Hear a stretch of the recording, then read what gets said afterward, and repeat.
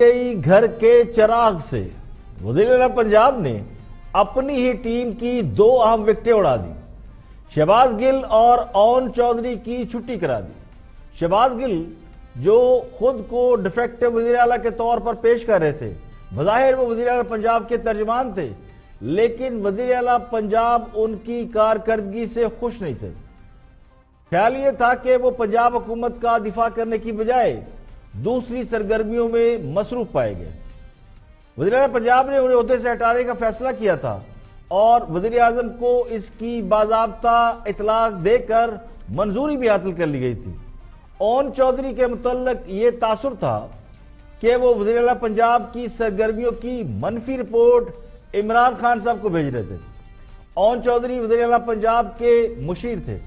اب ذرائع کا دعویٰ یہ ہے کہ شہباز گل نے 2 روز قبل وزیر اعلیٰ پنجاب عثمان بزدار کے حوالے سے جو پریس بریفنگ دی، جو پریس کانفرنس کی، جس میں انہوں نے وزیر اعلیٰ پنجاب کے حوالے سے چند ایسے ریمارکس دیے جو وزیر اعلیٰ صاحب کو سخت ناگوار گزرے۔ ویسے تو وزیر اعلیٰ پنجاب شریف آدمی ہے، لیکن اب پتہ یہ چلا ہے کہ ان کو بھی غصہ آتا ہے۔ وزیر اعلیٰ پنجاب نے ان کی پریس کانفرنس کے بعد ہی ان سے مستعفی ہونے کو کہا تھا، جبکہ شہباز گل کے قریبی ذرائع کا دعویٰ یہ ہے کہ وہ پنجاب میں تقرری اور تبادلوں کے حوالے سے وزیر اعلیٰ پنجاب سے اختلافات رکھتے تھے اور ان کے لیے پنجاب کی ناقص حکمرانی کا دفاع کرنا مشکل تھا۔ یعنی شہباز گل کے ذرائع یہ کہتے ہیں کہ وزیر اعلیٰ پنجاب کی ناقص حکمرانی کا وہ دفاع نہیں کر سکتے۔ یہ اپنی جگہ خود بہت بڑی چارج شیٹ ہے۔ یعنی وزیر اعلیٰ پنجاب کے ایک آؤٹ گوئنگ مشیر، ایڈوائزر، ترجمان یہ چارج شیٹ کر رہے ہیں انہیں کہ پنجاب میں ناقص حکمرانی ہے، جس کا مطلب یہ ہے کہ شہباز گل نے اب تک پنجاب حکومت کا جس طرح دفاع کیا وہ سب غلط تھا، اور اب انہوں نے خود یہ تسلیم کر لیا ہے کہ پنجاب میں حکمرانی یعنی حکمران جماعت کی کارکردگی تسلی بخش نہیں ہے۔ اب ذرائع یہ کہتے ہیں کہ چونکہ وزیر اعلیٰ پنجاب نے انہیں ہٹانے کا فیصلہ کر لیا تھا، اس لیے انہوں نے خود ہی استعفیٰ دینے میں عافیت جانی۔ لیکن جیسا میں نے بتایا کہ انہیں ہٹانے کی وجہ کیا تھی، تو میں آپ کو پہلے ان کی وہ پریس بریفنگ کا حصہ دکھاتا ہوں جس میں انہوں نے وزیر اعلیٰ پنجاب کی وہ خوبیاں بھی قوم کو بتائیں جو شاید لوگوں کو معلوم نہیں تھی۔ پرائم منسٹر صاحب کا اور میسج بھی دینا چاہتا ہوں۔ عثمان بزدار صاحب کو چیف منسٹر بنانے کا فیصلہ انہوں نے کیا ہے۔ اگر کسی کو پسند نہیں، پی ٹی آئی چھوڑ دیں۔ عثمان بزدار صاحب کے آپ کو بال اچھے نہیں لگتے، میں کچھ نہیں کر سکتا۔ شکل اچھی نہیں لگتی، میں کچھ نہیں کر سکتا۔ ان کا بولنے کا لہجہ اچھا نہیں لگتا، میں کچھ نہیں کر سکتا، اور آپ بھی کچھ نہیں کر سکتے، کیونکہ پرائم منسٹر نے ان کو 5 سال کے لیے چیف منسٹر کہا ہے۔ اگر آپ کو کوئی شک ہے تو کرنے کی کوشش کر لیجئے۔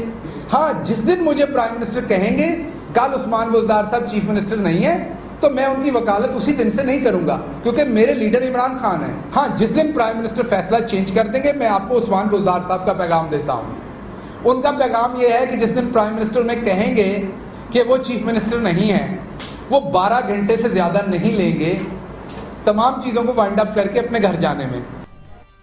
موصوف کا خیال یہ تھا کہ وزیر اعلیٰ پنجاب انہیں ہٹا نہیں سکتے، انہیں عمران خان صاحب نے یہاں پہ ایڈوائزر لگایا ہے اور وہی انہیں ہٹا سکتے ہیں، اس لیے انہوں نے براہ راست عمران خان صاحب کا یعنی وزیر پاکستان کا نام لے کر کہا کہ وہی بزدار کو ہٹا سکتے ہیں۔ جب وزیر اعظم صاحب مجھے کہیں گے تو پتہ نہیں میں کیا کروں گا۔ اس پر میں نے ایک تجزیہ بھی دیا تھا، اور اس تجزیے میں ان کی اس پریس بریفنگ کے حوالے سے جو باتیں سامنے آ رہی تھی وہ میں نے کی، اور ہو سکتا ہے بزدار صاحب تک یہ باتیں پہنچی ہوں، میرا گمان یہ ہے، اور وزیر اعلیٰ ہاؤس کے ذرائع بھی کہتے ہیں کہ بہت سی باتیں سنی اور سمجھی گئی ہیں۔ جسے عثمان بزدار اچھا نہیں لگتا وہ پی ٹی آئی چھوڑ دے، اور جسے پی ٹی آئی اچھی نہیں لگتی وہ کس کو چھوڑے؟ گل صاحب۔ اور مجھے لگتا ہے گل صاحب کا تو بس چلے، وہ یہ کہہ دیں کہ جسے عثمان بزدار پسند نہیں وہ پنجاب ہی چھوڑ دے۔ شہباز گل نے تو فتویٰ جاری کر دیا ہے کہ عثمان بزدار پسند نہیں تو پی ٹی آئی چھوڑ دیں، اور ان کا یہ فرمان سوشل میڈیا پر ٹاپ ٹرینڈ کے طور پر چل رہا ہے، اور اسے لاحقے کے طور پر استعمال کیا جائے۔ لاحقہ سمجھتے ہیں کہ اردو میں جو آخر میں جملہ استعمال ہوتا ہے، مثلا جسے لمبی لمبی چھوڑنا پسند نہیں وہ پی ٹی آئی چھوڑ دے، جو سے یہ سمجھتا ہے کہ نیب غیر جانبدار ہے وہ پی ٹی آئی چھوڑ دے، جو تبدیلی نہ لا سکے وہ پی ٹی آئی چھوڑ دے، وغیرہ وغیرہ۔ لیکن جو اصل سوال ہے وہ سوال یہ کہ عثمان بزدار کے ترجمان کو عثمان بزدار کے حوالے سے پریس کانفرنس کرنے اور یہ کہنے کی کیا ضرورت تھی کہ عثمان بزدار کو عمران خان نے لگایا اور اسے نہ وہ ہٹا سکتے ہیں نہ کوئی اور ہٹا سکتا ہے۔ اتنی خامیاں تو بزدار صاحب کے سیاسی مخالفین ان میں نہیں نکالتے جتنی خامیاں ڈاکٹر شہباز گل نے گنوا دی ہیں۔ نہ کسی نے عثمان بزدار کے بالوں پہ کبھی تنقید کی، نہ کسی نے یہ کہا کہ ان کی شکل اچھی نہیں ہے، کسی نے نہیں کہا، وہ ہینڈسم آدمی ہے۔ لیکن شہباز گل نے ان کی یہ خوبیاں بھی بیان کر دی ہیں جو اب تک کسی نے بیان نہیں کی تھی۔ عثمان بزدار پر جو واحد اعتراض ہے اور بڑا سیریس ہے کہ ان کی پنجاب کے معاملات پر گرفت مضبوط نہیں ہے، وہ ایک کمزور وزیر اعلیٰ کے طور پر سامنے آئے ہیں، لیکن ان کے ترجمان کے خیال میں اور بھی خامیاں ہیں جن پر شاید عوام کی نظر نہیں پڑی، تو خامیاں انہوں نے گنوا دی، بالکل اس شخص کی طرح جس کی دھوتی چودھری نے ادھار لے لی اور اس کو اپنی تعریفوں کے لیے ساتھ رکھ لیا۔ تو وہ شخص جہاں بھی جاتا چودھری کی بڑی تعریف کرتا، کہتا چودھری صاحب بڑے زبردست آدمی ہیں، مگر دھوتی میری ہے۔ تو کہیں یہ کام شہباز گل تو نہیں کر رہے؟ شہباز گل یہ کہتے تھے کہ جسے عثمان بزدار پسند نہیں وہ پی ٹی آئی چھوڑ دے۔ اب انہیں عثمان بزدار پسند نہیں آیا تو انہوں نے پنجاب کی ترجمانی چھوڑ دی ہے یا پھر عثمان بزدار صاحب نے خود انہیں فارغ کر دیا، جو بھی ہے۔ لیکن جاتے جاتے وہ پنجاب حکومت پر بہت اہم سوالیہ نشان ضرور چھوڑ گئے ہیں، اور یہ دونوں لوگ شہباز گل اور اون چودھری، ان کے بارے میں یہ تاثر ہے کہ یہ دونوں خان صاحب کے بڑے قریبی ہیں۔ شہباز گل کو خان صاحب نے امریکہ سے امپورٹ کیا تھا اور اون چودھری کو تو آپ نے دیکھا کہ وہ شلوار میں ہزار بند بھی ڈالا کرتے تھے۔ تو یہ دونوں وہ لوگ ہیں جو کہ خود وزیر اعظم کے کیمپ کا حصہ رہے ہیں۔ اب یا تو یہ تبدیلیاں خان صاحب کی مرضی سے کی گئی ہیں، اگر خان صاحب کی مرضی سے کی گئی ہیں تو عثمان بزدار صاحب بڑے مضبوط وزیر اعلیٰ ہیں، لیکن اگر وزیر اعظم کے علم میں نہیں اور یہ دو بڑی تبدیلیاں ہو چکی ہیں تو پھر لگتا ہے کہ پنجاب میں خطرے کی گھنٹی بج گئی ہے اور خود وزیر اعلیٰ صاحب کی کرسی بھی شاید خطرے میں ہو۔ اور کچھ عام خبریں آپ سے شیئر کرتے ہیں۔ پی ٹی وی پارلیمنٹ حملہ کیس میں پی ٹی آئی کے رہنما علیم خان کے ناقابل ضمانت وارنٹ گرفتاری جاری کر دی گئی۔ کیس کی سماعت ارتدادی دہشت گردی کی عدالت کے جج راجہ جواد عباس نے کی۔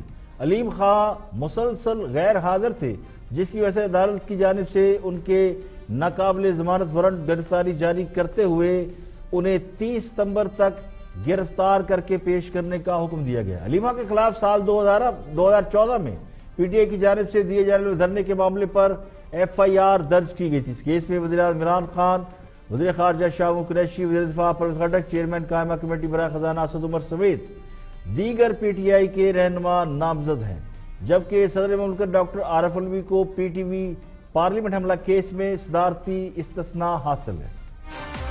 سپریم کورٹ نے نجی اسکولوں کی فیسوں کو جنوری 2017 تک منجمد کرنے کا حکم دیتے ہوئے کہا کہ نجی اسکولوں کی فیس وہی ہوگی جو جنوری 2017 میں تھی۔ فیسوں میں کی گئی 20% کمی والدین سے وصول نہیں کی جائے گی۔ سپریم کورٹ کے مطابق والدین سے لی گئی اضافی فیس آئندہ فیس میں ایڈجسٹ کی جائے گی، جبکہ ریگولیٹری حکام اسکولوں کی جانب سے وصول کی جانے والی فیسوں کی نگرانی کریں گے۔ سپریم کورٹ نے نجی اسکول انتظامیہ کو حکم دیتے ہوئے کہا کہ نجی اسکول قانون کے مطابق اپنی فیسوں کا دوبارہ تعین کرے، اس کے علاوہ اسکول فیس کے حوالے سے شکایات کے ازالے کے لیے شکایتی سیل بھی بنایا جائے۔ اور سپریم کورٹ کے سینئر جج جسٹس گلزار احمد نے ایک کیس میں ریمارکس دیتے ہوئے کہا ہے کہ ملک کے اندر افسر شاہی نہیں چلنے دیں گے، عہدوں پر بیٹھے لوگوں کی اکثریت عوامی خدمت نہیں کرتی۔ جسٹس گلزار احمد نے کہا کہ ایک شخص 3 محکموں سے بیک وقت تنخواہ کیسے لے سکتا ہے۔ جسٹس گلزار احمد نے ریمارکس دیتے ہوئے کہا کہ پہلے ایسے افسران تھے جو دل سے پبلک سروس دیتے تھے، آج جو لوگ عہدوں پر بیٹھے ہیں ان میں اکثریت لوگوں کو پبلک سروس نہیں دیتی۔ لوگوں کی خدمت کرنے والے افسران کہاں چلے گئے؟ اس ملک میں سول سروس کو کیا ہو گیا ہے؟ اور سب سے پہلے بات کرتے ہیں مجیب الرحمان شامی گفتگو کر رہے ہیں نقطۂ نظر میں، واچ دس۔ غلط طریقے سے نشر کیا جا رہا ہے وغیرہ وغیرہ۔ نہیں، یہاں تو انہوں نے کہا کہ سپریم کورٹ جائے گا، گویا ریفرنس پیش کر دیں گے سپریم کورٹ، لیکن ایک دوسری گفتگو میں ان کی سن رہا تھا، اس میں انہوں نے کہا کہ کراچی کا جو انتظامی کنٹرول ہے وہ لے لیں گے اور وزیر اعظم اس سلسلے میں اعلان کریں گے جب وہ یہاں آئیں۔ جی تو دیکھیے بات یہ ہے، دونوں باتوں میں فرق ہے، اور ہمارے وزیر قانون جو ہیں ابھی چیف الیکشن کمشنر جو ہے ان کے خلاف ایک ریفرنس دائر کرنے جا رہے ہیں کہ انہوں نے 2 ارکان تو تھے الیکشن کمیشن کے، ان کو حلف دینے سے انکار کر دیا کیونکہ وہ سمجھتے ہیں کہ ان کی تقرری آئینی نہیں ہے، ان کی تقرری دستور کی دفعہ 213 218 کے تحت نہیں ہوئی، اپوزیشن اور حکومت کے درمیان کنسنسس سے نہیں ہو رہی، اور ایک یک طرفہ حکم نامہ جاری کر دیا ہے ہمارے صدر مملکت نے، ظاہر وزارت قانون کی سفارش پر کیا ہوگا۔ تو بات اصل میں اب اس وقت اس میں چیف الیکشن کمشنر پر تنقید کی انہوں نے، اور کہا کہ یہ اگر کسی کو اعتراض تھا تو وہ سپریم کورٹ جاتا۔ اب ایک معاملہ تو یعنی وہ چاہتے یہ ہیں کہ جو کام بھی کرنا ہو وہ کر گزرے اور معاملہ سپریم کورٹ میں بھیج دیں۔ چیف الیکشن کمشنر نے یہ بات کہی کہ نہیں، سپریم کورٹ کا ایک فیصلہ ہے، اس کے 5 رکنی بینچ کا، اس کے تحت یہ تقرری اس طرح غیر آئینی ہے۔ انہوں نے اپنا جواب بھی جمع کروا میں ان کو نہیں دوں گا حلف، صحیح گویا انہوں نے کوئی غیر آئینی کام نہیں کیا، مگر یہ ریفرنس اس کے خلاف دائر کر رہے ہیں۔ اس سے پہلے 2 ریفرنس جو ہے 2 ججوں کے خلاف یہ دائر کر چکے ہیں، ایک ہمارے جسٹس قاضی فائز عیسیٰ اور ایک کہ آغا۔ اب وہ جو پینڈنگ ہو گئے ہیں وہ، کیونکہ رک گئی ہے کاروائی، کیونکہ کچھ چیلنج کر دیے گئے سپریم کورٹ میں۔ تو گویا یہ سارے معاملے اگر اسی طریقے سے ہم نے طے کرنے ہیں یا الجھانے ہیں کہ ایک معاملہ کرو پھر سپریم کورٹ میں بھیج دو، تو پھر حکومت تو سپریم کورٹ کے حوالے ہو گئی۔ اب ان کی اس تجویز کے اوپر خان صاحب کے بارے میں تاثر یہ تھا کہ وہ فوج اور عدلیہ کے بہت فیورٹ ہیں، اپوزیشن تو انہیں لالا کہتی رہی، اور خود حکمران جماعت اس سے بالکل انکار نہیں کرتی کہ اسے اداروں کی حمایت حاصل ہے۔ اپوزیشن تو صرف الزام لگاتی رہی کہ ادارے خان صاحب کے پیچھے کھڑے ہیں اور انہیں جو رعایتیں مل رہی ہیں وہ کسی اور کو نہیں مل رہی، لیکن خان صاحب اس الزام کو اپنے لیے اعزاز قرار دیتے ہیں۔ اس لیے جہاں وہ مشکل میں پھنستے ہیں تو یا تو معاملہ عسکری قیادت پر ڈال دیتے ہیں یا پھر سپریم کورٹ کی گود میں پھینک دیتے ہیں، جس سے یہ تاثر ابھرتا ہے کہ اصل میں فیصلے کوئی اور کر رہا ہے۔ اب یہ تو پہلی بار ہوا کہ سپریم کورٹ نے از خود نوٹس سے جان چھڑا لی اور نیب کی کارروائیوں کو یک طرفہ قرار دے کر احتساب کے عمل کی شفافیت پر سوال اٹھا دیا ہے، اور عدلیہ خود کو اس معاملے سے الگ کر کے اپنی ساکھ کو بچا رہی ہے۔ ورنہ فارمولا تو یہی لگتا ہے کہ جو ہینکی پینکی کرے اس کا فیصلہ عدالت سے کرا لو۔ جہاں تک بیرسٹر فروغ نسیم یعنی وزیر قانون صاحب کا معاملہ ہے، وہ قانون دان ہیں، وکیل ہیں، تو اب تک تو ان کا کوئی بھی ایسا کام سامنے نہیں آیا جس پر انہیں داد دی جا سکے، سوائے معاملات کو الجھانے کے اور کچھ نہیں کیا، چونکہ قانون ہوتا ہی ایسا ہے اور قانونی معاملات ہوتے ہی ایسے ہیں کہ الجھ جاتے ہیں۔ اب کراچی کے معاملے میں انہوں نے بالکل کھلے الفاظ میں آرٹیکل 149 کے نفاذ کا تجویز نہیں دی بلکہ فیصلہ صادر کر دیا۔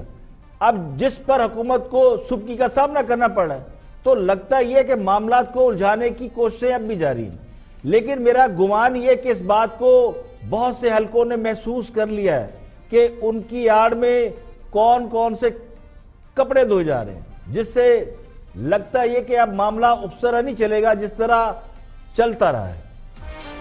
یہاں پہ لیں گے ایک بریک، اور بریک کے بعد واپس آئیں گے اور بھی ہم موضوعات آپ کے ساتھ شیئر کریں گے، ہمارے ساتھ رہیے۔ آدمی آگے بڑھتے ہیں اور بات کرتے ہیں پیپلز پارٹی کے معاملات کے حوالے سے۔ پیپلز پارٹی کے چیئرمین بلاول بھٹو نے مولانا فضل الرحمان کے مبینہ لانگ مارچ سے علیحدگی کا اعلان کیا، اسی پر اپنا تجزیہ دے رہے ہیں مظہر عباس۔ پچھلے چند سالوں میں مسلم لیگ نون کو بحیثیت اپوزیشن پارٹی، ورنہ مسلم لیگ تو روایتی طور پہ اقتدار کی پارٹی رہی ہے، اس کو تبدیل کیا، لیکن مسلم لیگ نون کے ڈی این اے میں مزاحمت نہیں ہے۔ مسلم لیگ نون کے ڈی این اے میں آپ دیکھیں کہ جب نواز شریف صاحب 2000 میں 1999 میں اریسٹ ہوئے تھے تو چند لوگ ہی باہر نکل پائے، اس کے بعد کلثوم نواز صاحبہ نے کوشش کی، اس کے بعد اب بھی دیکھیں کہ پیپلز پارٹی اور نون لیگ کی مرکزی قیادت جیلوں میں ہے. آپ مجھے بتائیں کہ کتنے شہروں میں تحریک چل رہی ہے, کتنے شہروں میں مظاہرے ہوئے, کتنے شہروں میں پروٹیسٹ ہوئے. تو مجھے لگتا یہی ہے کہ مسلم لیگ نون اور پیپلز پارٹی بیچ بچاؤ کے راستے کی طرف گامزن ہے. یہ الگ بات ہے کہ نواز شریف اس وقت جو ہے وہ گرفتار ہیں, شاہد خاقان گرفتار ہیں, خواجہ سعد رفیق گرفتار ہیں, رانا ثناء اللہ گرفتار ہیں, لیکن مسلم لیگ نون کہاں ایجیٹیشن کر رہی ہے, کہاں ایجیٹیشن آپ کو نظر آ رہا ہے؟ مولانا فضل الرحمان کی دیکھیے تھوڑا سا ریما سے اختلاف کرتے ہوئے, جے یو آئی کی جو روایتی پالیٹکس رہی ہے وہ نہیں رہی ہے جو انتہا پسندی کی سیاست رہی ہے. انہوں نے جب بھی پالیٹکس کی ہے وہ الیکٹورلی چیزوں کو تبدیل کرنے کی کوشش کی. اب 70s میں نیب کے ساتھ انہوں نے اتحاد کیا تھا, 88 میں پیپلز پارٹی کے ساتھ اتحاد کیا تھا. تو ان کا جو اوور آل جے یو آئی کا وہ ٹھیک ہے, جو وہ پالیٹکس کرتے ہیں وہ پالیٹکس ایک خاص بیانیے کی طرح کے لیے کرتے ہیں, جس بیانیے سے پیپلز پارٹی کو اختلاف ہے, اور اختلاف بری بات نہیں ہے, لیکن ان کا وہ بیانیہ رہا ہے اور اس لحاظ سے ان کے پاس اتنا کیڈر ہے کہ وہ 15-20-25 ہزار لوگ وہ جمع کرنے کی صلاحیت رکھتی ہے جے یو آئی. اور انہوں نے وہ واحد پارٹی ہے جو پچھلے 1 سال سے یہ کہہ رہی ہے, چاہے اس سے آپ اختلاف کریں یا اتفاق کریں, کہ جی اس مینڈیٹ کو اگر آپ تسلیم نہیں کرتے تو اسمبلیوں میں نہیں بیٹھیں. تو میرا خیال ہے جے یو آئی کا اپنا ایک فوکس وہ پوائنٹ ہے, لیکن نون لیگ اور پیپلز پارٹی کنفیوژن کا شکار ہے.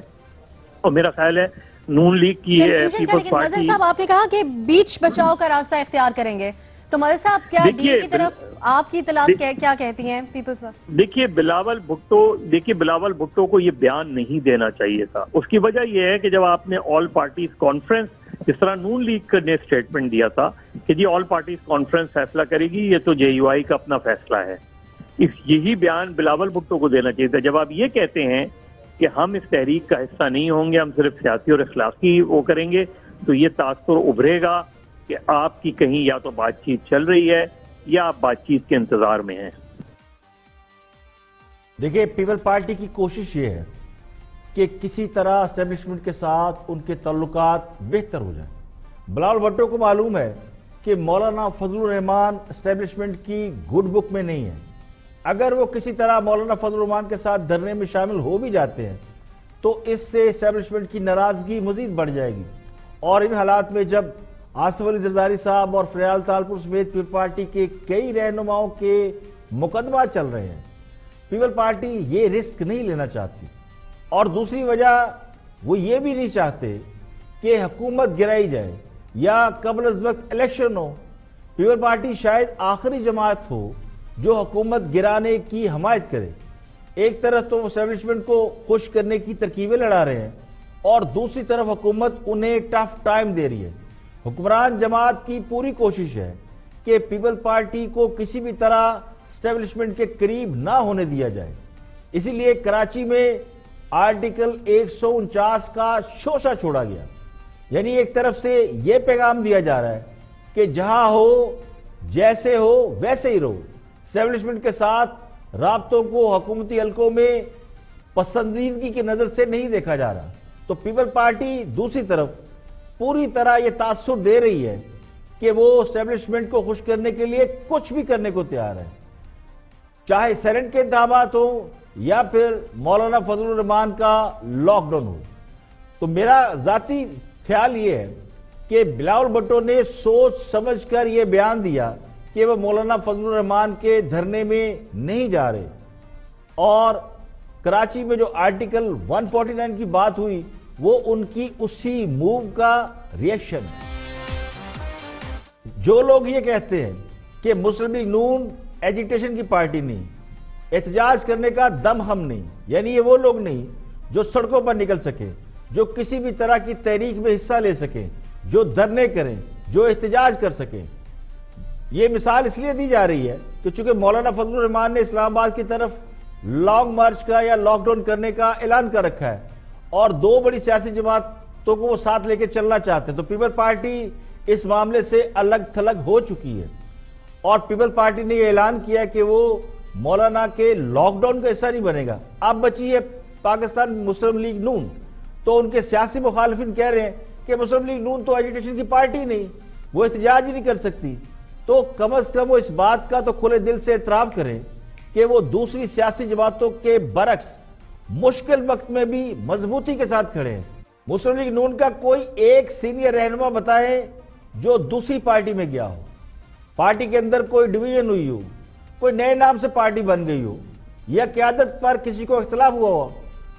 اب مولانا فضل الرحمان کے لانگ مارچ کے حوالے سے بھی یہ مسلم لیگ نون کا جو اجلاس ہوا اس میں یہ اعلامیہ سامنے آ چکا ہے کہ اس کا فیصلہ بھی نواز شریف کریں گے، اور نواز شریف جائیں گے، تو اس کا مطلب ہے کہ مسلم لیگ نون اب بھی اپنی قیادت کے اوپر اتفاق رکھتی ہے اور پارٹی کے اندر کوئی ڈویژن نہیں ہے۔ اگر یاد ہو آپ کو تو مشرف دور میں پیپل پارٹی کے اندر سے کئی جماعتیں بن گئیں، پیپل پارٹی پارلیمنٹرین بن گئی تھی، پھر فارورڈ بلاک بنا، لوگ دوسری جماعتوں میں چلے گئے۔ آج اگر آپ دیکھیں تو حکمران جماعت تحریک انصاف میں بہت سارے لوگ وہ ہیں جو پیپل پارٹی کے ساتھ تھے، اس دور میں وزیر رہے، آپ کے مشیر خزانہ جو ہیں، آپ کی مشیر اطلاعات اور فوج، بے شمار لوگ جو پیپل پارٹی میں تھے۔ تو وہ لوگ جو بڑی دیدہ دلیری سے کہتے ہیں کہ مسلم لیگ نون احتجاج کی جماعت نہیں، ڈنڈے سوٹے نہیں کھا سکتی، تو پھر انہیں اس بات کا بھی اعتراف کرنا چاہیے کہ مسلم لیگ نون کو کوئی توڑ نہیں سکا۔ یہ روز طوطا مینا کی کہانیاں ہم سنتے ہیں، لوگ سناتے ہیں کہ جی جو سابقہ حکمران جماعت تھی یعنی پی ایم ایل این، وہ لوگوں کو باہر نہیں نکال سکتی، پیپل پارٹی لوگوں کو باہر نہیں نکال سکتی، فلاں پارٹی میں کوئی دم خم نہیں رہا۔ تو ان باتوں سے کسی جماعت کی طاقت کم نہیں ہوتی، نہ ہی اس جماعت کو توڑا یا تقسیم کیا جا سکتا ہے۔ تو مسئلہ یہ نہیں کہ آپ سڑکوں پہ نکلے دھرنے دے تبھی آپ کی جماعت کو کوئی پاپولر جماعت سمجھے۔ جب تک کوئی جماعت اپنی جگہ پر مضبوطی سے کھڑی ہے اور اس کے اندر کوئی ٹوٹ پھوٹ نہیں ہو رہی تو اس کا مطلب یہ ہے کہ اس میں دم خم باقی ہے۔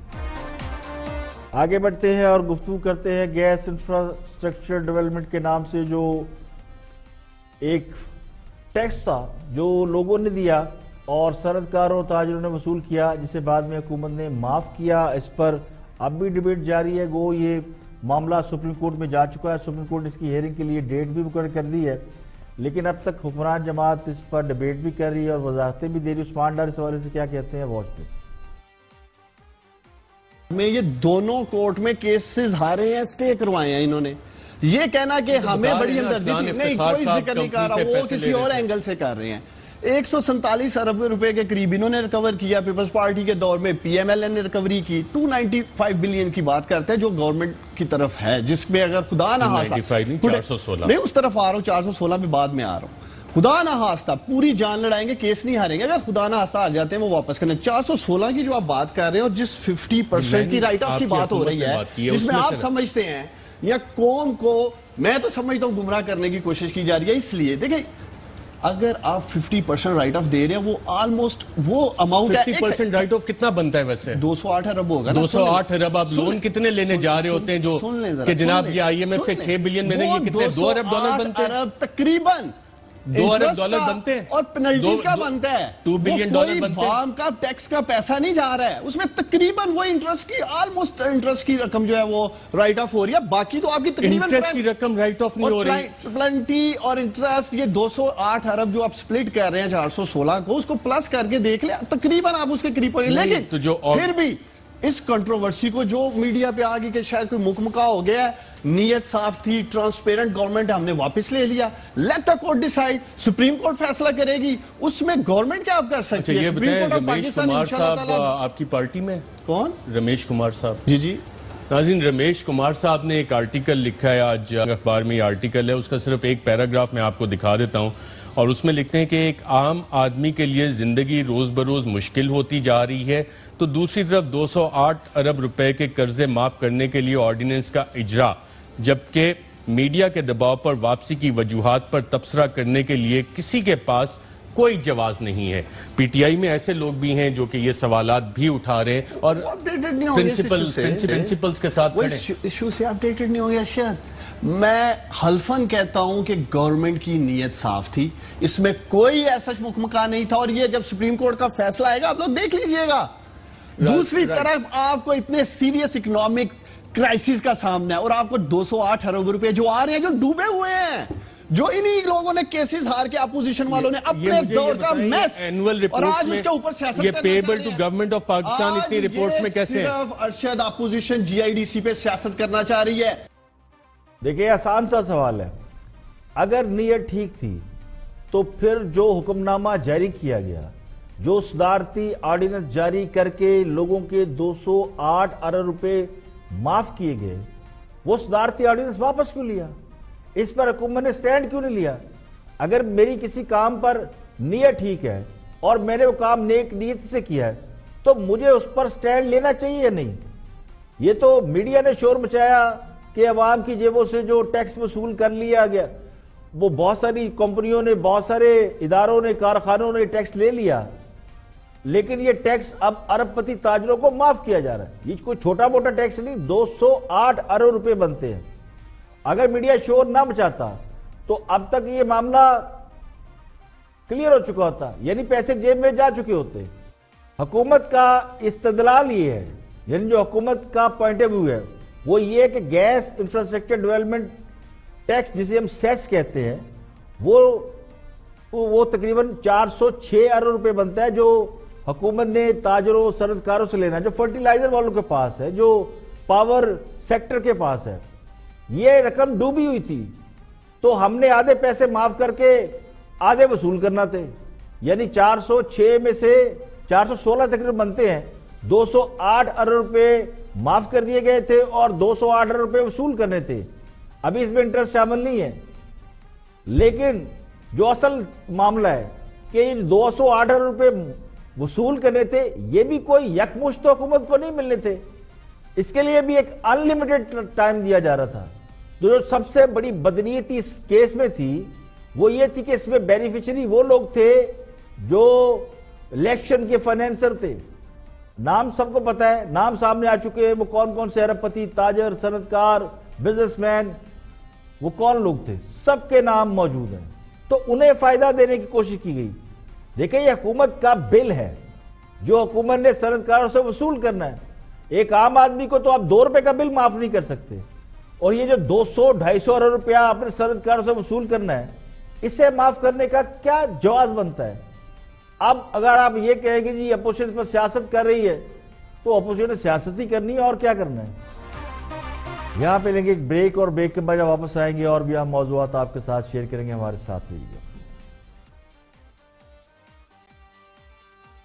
ویلکم بیک، آپ دیکھ رہے ہیں پروگرام اختلاف رائے اور میں افتخار کاظمی۔ آگے بڑھتے ہیں، اور ہمارے کچھ دوست ہیں، ان کے ہم ضرور آپ کو کلپ دکھاتے ہیں، اس لیے کہ کچھ باتیں ایسی ہیں جن کا بر وقت جن کے اوپر بات ہونی چاہیے۔ اگر وہ سچ ہے تو وہ سچ سامنے آنا چاہیے، اگر وہ جھوٹ ہے تو پھر وہ جھوٹ بے نقاب ہونا چاہیے۔ ہمارے دوست ہیں، گفتگو کر رہے ہیں رپورٹرز میں۔ سجیشن وہ بھیجتے رہتے ہیں، تجاویز بھیجتے رہتے ہیں، جب بھی کچہری میں آتے ہیں وہ کہتے ہیں جب اکیلے ہوتے ہیں تو وہ لکھتے رہتے ہیں سوچ کے، اور پھر جب ادھر آتے ہیں تو وہ آ کے بتا دیتے ہیں۔ تو یہ تھا چودھری صاحب، تو ہم بھی تو یہ کہہ رہے ہیں، پھر یہ آپ کو اور مجھے گالیاں کیوں دیتے ہیں؟ نہیں صابر شاکر صاحب، یہ ایئر وائی نیوز اور صابر شاکر کو کریڈٹ جاتا ہے کہ جب بہت ساری دنیا یہ ماننے کو تیار ہی نہیں تھی کہ یہ نواز شریف یا مریم یا شہباز شریف جو ہے یہ کوئی مذاکرات کر رہے ہیں، کوئی بات چیت کے ذریعے اپنی رہائی اور اپنی جان چھڑانے کے لیے کوئی کوششوں میں مصروف ہیں مختلف سطحوں پر، تو یہ مانتے نہیں تھے۔ اور آپ نے ٹھیک کہا، آج بھی مغالطات بری ہوئی ہیں، اور لیکن ہمیں اس سے کوئی پرواہ نہیں ہے۔ جب تک ہمارے پاس کوئی سچی یا پکی بات نہ ہو تو ہم اس کو مناسب نہیں سمجھتے کہ ٹیلی ویژن پر کہا جائے، نمبر 1۔ نمبر 2، ان کے مذاکرات جو ہے کوئی ملکی مفادات کے لیے نہیں ہے، بالکل نہیں، اپنی جان بچانے کے لیے ہوتے ہیں۔ اور نمبر 2 اور نمبر 3، ان کا ہے کہ وقت ضائع ہو جائے اور الٹے سیدھے میسیجز دیے جائیں اور پیسے واپس نہ کرنے۔ وہ کہتے جی، انہوں نے کہا حافظ جی حلوہ کھاؤ گے، تو انہوں نے کہا پھر انے قاتلی بنے ہیں بھائی، انہوں نے کہا ہم نے پیسہ اگر واپس ہی کرنا تھا تو لوٹا کیوں؟ یہی ان کا موقف ہے، لیکن ان کو واپس کرنا پڑ رہا ہے پیسہ، کیونکہ پوری دنیا سے ایویڈنس جو ہے وہ وہ اس کے فلڈ گیٹس کھلے ہوئے ہیں اور ملک کے اندر سے بھی بہت سارا ایویڈنس آ رہا ہے. اس لیے ان کی کوئی چال چلنی نہیں ہے. آج کی سن لے, آج نواز شریف صاحب کی ملاقات ہونی تھی گھر والوں سے. شہباز شریف صاحب وہاں گئے ہیں, گنتی کے 20 منٹ ٹھہرے ہیں نواز شریف کے پاس. کیوں کہ پارٹی 2-3 حصوں میں تقسیم ہو گئی ہے اور ایک دھڑا اس وقت نواز شریف کی بجائے اور مریم کی بجائے شہباز شریف اور اس کی فیملی کی طرف دیکھ رہا ہے. اور کئی بندے مریم کے کیمپ سے نکل کے ادھر رجوع کر چکے ہیں, جو میں بعد میں سب کے نام دے دوں گا, آج نہیں دے دوں, لیکن یہ حتمی رپورٹ. صرف 20 منٹ وہ وہاں آپ کی بات. ایک مثال ہے, کووں کے کہنے سے ڈھور نہیں مرتے. اگر یہ سمجھ نہیں آئی تو ایک اور مثال ہے کہ جس کا آخری جملہ ہے کہ کارواں چلتے رہتے. نواز شریف کے خلاف کرپشن کے الزامات کا پرچار کرنے کے باوجود نہ نواز شریف کو ختم کیا جا سکا, نہ ان کی جماعت کو ختم کیا جا سکا, نہ ان کی جماعت میں اختلافات پیدا کیے جا سکے. اب کیا سرائیوں اور مفروضوں پر آپ جتنی مرضی داستانیں بنا لیں اور جتنی مرضی داستانیں سنا لیں, کب تک سنائیں گے؟ سنا کر اور سن کر عوام بھی تھک چکے ہیں. تو عوام کو گمراہ کرنے والوں کو میرے نزدیک شرم آنی چاہیے, جن کے اپنے کیمپ کا پتہ نہیں کہ وہ کب کس ٹیم میں شامل ہو جائیں. کل تک ضیاء الحق کے چہیتے تھے, آج کسی اور کے دامن سے چمٹے ہوئے ہیں, کل کسی اور کے کیمپ میں بیٹھے ہوں گے. تو وہ کیا کسی کو اخلاقیات کا درس دے سکتے ہیں؟ دیکھیں, نواز شریف کے خلاف ثبوت ہوتے, بالکل سیریس نوٹ پہ بتا رہا ہوں کہ نواز شریف کے خلاف ثبوت سامنے آنے چاہیے. نہیں آئے تو اس کا مطلب کیا ہے کہ نواز شریف کے خلاف ثبوت ہوتے تو اب تک دنیا کو دکھائے جا چکے ہوتے. یہ صرف بیانیے اور مفروضے کی, یعنی روز بولتے رہو. تو آپ کسی کو کیسے مجرم ثابت کر سکتے ہیں؟ حقیقت یہ ہے جو اب لوگوں کے سامنے آ رہی ہے کہ نواز شریف کے حوالے سے کرپشن کا پرسیپشن بلڈ کیا گیا. قوم تو منتظر ہے کہ نواز شریف پیسے دے کر باہر نکلیں یا پھر سرخرو ہو کر نکلیں. تو طوطا مینا کی کہانیوں کا وقت گزر چکا. لوگوں کو سمجھ آ گئی ہے کہ دن رات جو کرپشن کا راگ الاپا جاتا ہے وہ صرف لوگوں کے ذہنوں پر مینپولیٹ کرنے کی, یعنی اثر انداز ہونے کی کوشش ہے, اور مخصوص سیاستدانوں کو بدنام کرنے کی کوشش کے سوا کچھ نہیں ہے. آج کے لیے اتنے, کل پھر حاضر ہوں گے مزید خبروں, تبصروں اور تجزیوں کے ساتھ. پروگرام اختلاف رائے سے افتخار کاظمی کو اجازت دیجیے. اپنے فیڈ بیک سے ہمیں ضرور آگاہ کیجیے گا, اور کچھ بھی سوالات ہوں تو ہمارے سوشل میڈیا پیجز پر آپ وہ کویسچن ریز کر سکتے ہیں, ان کا اس وقت آپ کو ضرور جواب دیں گے. اپنے اور گرد و نواح کے لوگوں کا خصوصی خیال رکھیے گا.